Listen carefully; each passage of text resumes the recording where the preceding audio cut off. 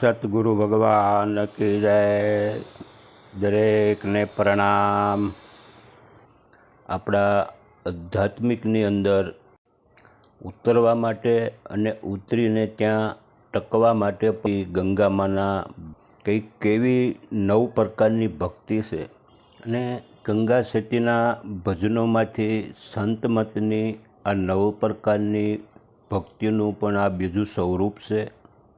અને આધ્યાત્મિકની અંદર ચાલવા માટે પ્રથમ ભક્તિ મનની સ્થિરતા લાવવાની છે. મન સ્થિર કરીને રહેવું. મનમાં સંકલ્પ વિકલ્પને કોઈ પણ ઉઠતા હોય તો તેનું સમાધાન પ્રત્યક્ષ ભાવ રાખવો અને દરેક સંશયને મટાડી દેવા. આ એક મનની સ્થિરતા પહેલાં પ્રથમ ભક્તિ છે. અને બીજી ભક્તિ છે સાધુ સંતોની સંગત કરવી. જે અભ્યાસી છે, જે સાધક સાધના માર્ગમાં ચાલે છે, જે અનુભવી છે, જેની આત્માનો સાક્ષાત કર્યો છે, એવા જે સાધુ છે એની સાથે બેસી સત્સંગ કરવો. તો આવા સાધુની સંગત કરવી. અને ત્રીજા પ્રકારની ભક્તિ છે કે ગુરુ વચનમાં વિશ્વાસ રાખવો. ગુરુના મુખમાંથી નીકળેલા પ્રત્યેક શબ્દ આપણે જીવનમાં ઉતારવા, અભ્યાસ કરવો અને સંપૂર્ણ સાધના માર્ગમાં ઉતરી જવું. આને જ ગુરુ વચનમાં વિશ્વાસ રાખ્યો ગણાય છે. અને ચોથી ભક્તિ છે આધ્યાત્મિકની કે વચનનો વિવેક રાખવો. વચનમાં રાખવો વિવેક.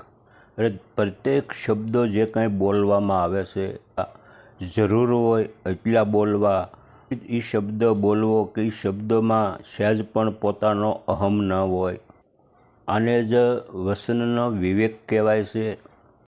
અને વિવેકથી બોલવું. અને આપણને કોઈ પણ વ્યક્તિ કાંઈ કહે તો પણ એની વાત આપણે વિવેકથી અને દિલથી સમજવી. અને પાંચમી ભક્તિ છે અભય ભાવ. કે આપણામાં અભયતા આવી જવી જોઈએ.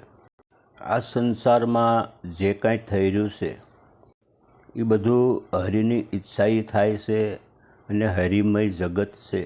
આવું જ્યારે જણાય ત્યારે અભય પ્રાપ્ત થાય છે. કે જે કાંઈ કરે છે બધું ઈશ્વર કરે છે અને કરતા હરતા હરિ છે. આવું સમજીને અભય બની જવું અને સર્વમાં હરિ જોવા. આ ત્યારે જ આપણને અભય પ્રાપ્ત થાય છે. અને છઠ્ઠી ભક્તિ છે કે અહમ અને મમતાનો ત્યાગ કરવો. આપણામાં હું પણ નહીં હોવું જોઈએ. હું દેહ છું, આ શરીર મારું છે, આ મારો પરિવાર છે, આ મારો અભ્યાસ છે, આ મારો અનુભવ છે, આ મારું જ્ઞાન છે, આ મારું છે. એ જ અહમ છે. આ અહમમાંથી મુક્ત થવું. હું અને મારું મટી જાય એને જ અહમ છૂટી ગયો ગણાય. અને મમતા. સંસારિક વિષયોમાં કોઈ પણ પદાર્થમાં કોઈ પણ પ્રકારની મમતા રાખવી નહીં. કોઈ પણ વિષય ભોગની ઈચ્છા પણ ન હોવી. ત્યારે જ મમતા મરે છે. આ નિરસ થઈ જવું સંસારમાંથી. તમામ વિષયોમાંથી જ્યારે નિરસ બની જાય ત્યારે જ મમતાનો ત્યાગ થઈ જાય છે. અને આઠમી ભક્તિ છે અજાતિપણું રહેવું. અજાતિ. આપણી કોઈ પણ પ્રકારની જાતનો કોઈ વર્ણન નહીં કરવું. કોઈને જાત પણ ન પૂછવી. કે જાતિ ને ભાતિ નથી હરિના દેશમાં. ઉસ નીચ જાત ભાત, સ્ત્રી યા પુરુષ, આ બધું સમરસ હોવું જોઈએ. સમભાવ થઈ જવો જોઈએ. કોઈ ઊંચું નહીં, નીચું નહીં. આને જ જાતિપણાનો ત્યાગ કર્યો કહેવાય. નવમી ભક્તિ છે અગમ ભેદ. અગમ ભેદ જાણવો. અગમ એટલે શું અને અગમને કેમ જાણવું? તો આ અગમ ભેદનો ખુલાસો ગંગામાના ભજનમાં બહુ સરસ મજાનો થયો છે. કે ભક્તિને માર્ગે ચાલવું હોય તો શું કરવું પડે, એ અગમભેદ જણાવીને જ એની એવી ભજનની રચના કરી છે કે ભક્તિ કરવી તેને રાંક થઈને રહેવું અને મેળવું અંતરનું અભિમાન. આ બધા એક એક કડીમાં જે કંઈ કોઈ વર્ણન કર્યું છે એ અગમભેદના બધા ખુલાસા છે કે રાંક થઈને રહેવું એટલે કે નાનું થઈને રહેવું. જો ભક્તિ કરવી છે સાવ દીન દયાળ થઈને બની જવું અને સંપૂર્ણ અભિમાન રહિત બની જવું. આ જ ભક્તિ અગમભેદને જાણ્યો ગણાય.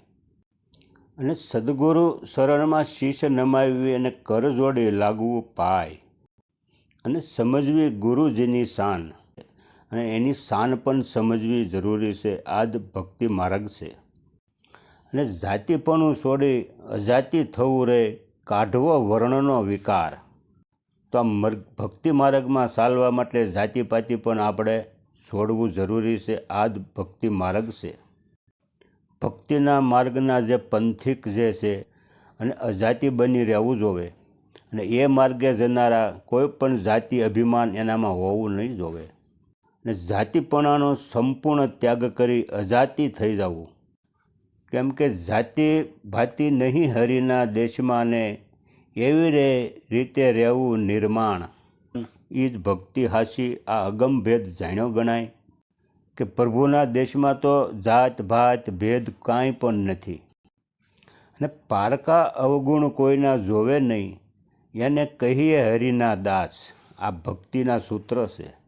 આ અગમભેદના ખુલાસા છે. આશા અને તૃષ્ણાને પણ અંતરમાં હોય તો ત્યાંનો પણ ત્યાગ કરવો. આશા અને તૃષ્ણા એકે નહીં ઉરમાં એનો દઢ કરવો વિશ્વાસ. એક તૃષ્ણા એવી છે કે કોઈ પણ સંસારી વિષયના ભોગથી આપણે સંતોષ નથી થતા. એ તૃષ્ણા જે રહી જાય છે આ પણ એનો ત્યાગ કરવો જરૂરી છે. આ જ અગમભેદના મોટા મોટા ખુલાસામાં ગંગામાઈ પણ તેના ભજનમાં સરસ મજાનું આપણને સમજાવે છે. ભક્તિ કરો તો એવી રીતે કરજો કે રાખજો વસુનુમાં વિશ્વાસ. કે પાનબાઈ ભક્તિ કરો તો નિર્માની રહેજો અને માન અપમાનમાં પડતા નહીં તે પણ સમજી અને વસનુમાં ચાલજો અને વસનનો વિવેક રાખજો અને સદગુરુના વસનનો મહિમા પણ સમજજો. આ પાનબાઈને પણ ભક્તિ માર્ગનો સમજાવે છે. અને જ્યારે ગુરુના વસનોનો મહિમા જ્યારે સંપૂર્ણ સમજશો ત્યારે જ આપણો જન્મ સફળ થઈ જશે. માં ગંગામાઈ પણ સરસ રીતે એના ભજનની વાણીમાં પણ ગાઈને આપણને સમજાવ્યો છે. આના અગમભેદ પણ આપણને સમજાવ્યા છે. અને આટલું સ્વીકારો. જેને અગમભેદ જાણવાની કાંઈ જરૂર રહેતી નથી. અને આ ગુણ ધારણ કરવાથી આપોઆપ અગમભેદ પણ જણાઈ જશે અને હરિના દાસ થઈ જઈશું. અને પોતાની અંદર જ્યારે સાધક સાધના કરશે, પોતાની અંદર જ્યારે ગોતશે ત્યારે બધા જ ભેદ મટી જશે. હરિ પણ આપણી સન્મુખ છે. આત્મા સાક્ષાત નથી થતો ત્યાં સુધી આપણને આમાં ભેદ જેવું લાગે છે કે આ શબ્દોમાં શું ભેદ છે. પણ આ જાણવા અને સમજવા માટે સાધકને પોતાની અંદર જ ઉતરવું પડશે અને ભજન પણ કરવું પડશે. ત્યારે જ આ બધા ભેદભાવ મટી જાય અને ભેદ રહિત ઈશ્વર પ્રાપ્ત થાય છે. અને આ 9 પ્રકારની આધ્યાત્મિક ભક્તિ છે. અને આધ્યાત્મિકમાં હાલતા દરેક સાધકને આ 9 પ્રકારની ભક્તિ સ્વીકારવી જ પડશે. અને આ 9 પ્રકારની ભક્તિ સાધક જ્યાં સુધી નહીં સ્વીકારે ત્યાં સુધી પણ એ આધ્યાત્મિકની અંદર ટકી પણ નહીં શકે. આ જ 9 પ્રકારની ભક્તિ જ્યારે આપણે જીવનમાં ઉતારીશું એટલે ગંગામાના દરેક ભજનનો સાર પણ સમજાઈ જશે. અને પાનબાઈને પણ આ સમજાવે છે. તેથી આધ્યાત્મિક 9 પ્રકારની ભક્તિ પણ ગંગામાના ભજનમાંથી આપણને જાણવા મળે છે. જે શબ્દો છે એના આધારેથી આધ્યાત્મિકની અંદર આપણે ઉતરી શકીએ અને ટકી શકીએ છીએ. એ આવી જ ભક્તિ કરવી જોઈએ અને આ ભક્તિમાં આપણે નિર્મળ થઈને રહેવું જોઈએ. એટલે જ ગંગામાં પણ ઉપદેશ આપવો હોય તો પ્રથમ ભક્તિ બતાવવી. અને આ 9 ભક્તિનું અંતિમ પણ સોપાન છે કે આત્મનિવેદન એટલે કે પરમાત્માના શરણોમાં નિશેષ સમર્પિત થઈ જવું. આવા સમર્પણ દ્વારા સમાધિ અવસ્થામાં પણ પ્રવેશ થાય છે અને ઈશ્વરના શરણમાં સમર્પિત થવાથી જ આપણને સમાધિ થઈ શકે છે. અને જ્યારે સાધક ભગવાનને પોતાની જાતનો નિષેધ કરી નાખે, હરિના શરણમાં સમર્પિત કરી દેશે, ત્યારે જ પોતાની ચિત્તની વૃત્તિઓ પણ આપોઆપ શાંત થઈ જાય છે અને અહંકારનું પણ વિસર્જન થઈ જાય છે. એટલે જ સમાધિમાં આપોઆપ પ્રવેશ થઈ જાય છે. અને આ શબ્દો દ્વારા જ સાધકને સમાધિ સરળતાથી પ્રાપ્ત થઈ શકે છે. સાધના સર્વે શમી જાય છે. કરવું એને કાંઈ ન પડે, એને સહેજે સમાધિ લાગી જાય. જ્યારે હરિ ઉપર પાકો પ્રેમ પ્રગટે છે અને હરિના શરણમાં જ્યારે આપણે સમર્પિત થઈ જઈએ છીએ, ત્યારે સહજતાથી આપણને સમાધિ લાગી જાય. અને આ જ અવસ્થા સરળતાથી પ્રગટે એટલે સાધકનો સમાધિમાં સહજ અને સરળ રીતે પ્રવેશ પણ થઈ જાય છે. પરંતુ આવી પ્રેમલક્ષણા ભક્તિ પ્રગટે કેમ?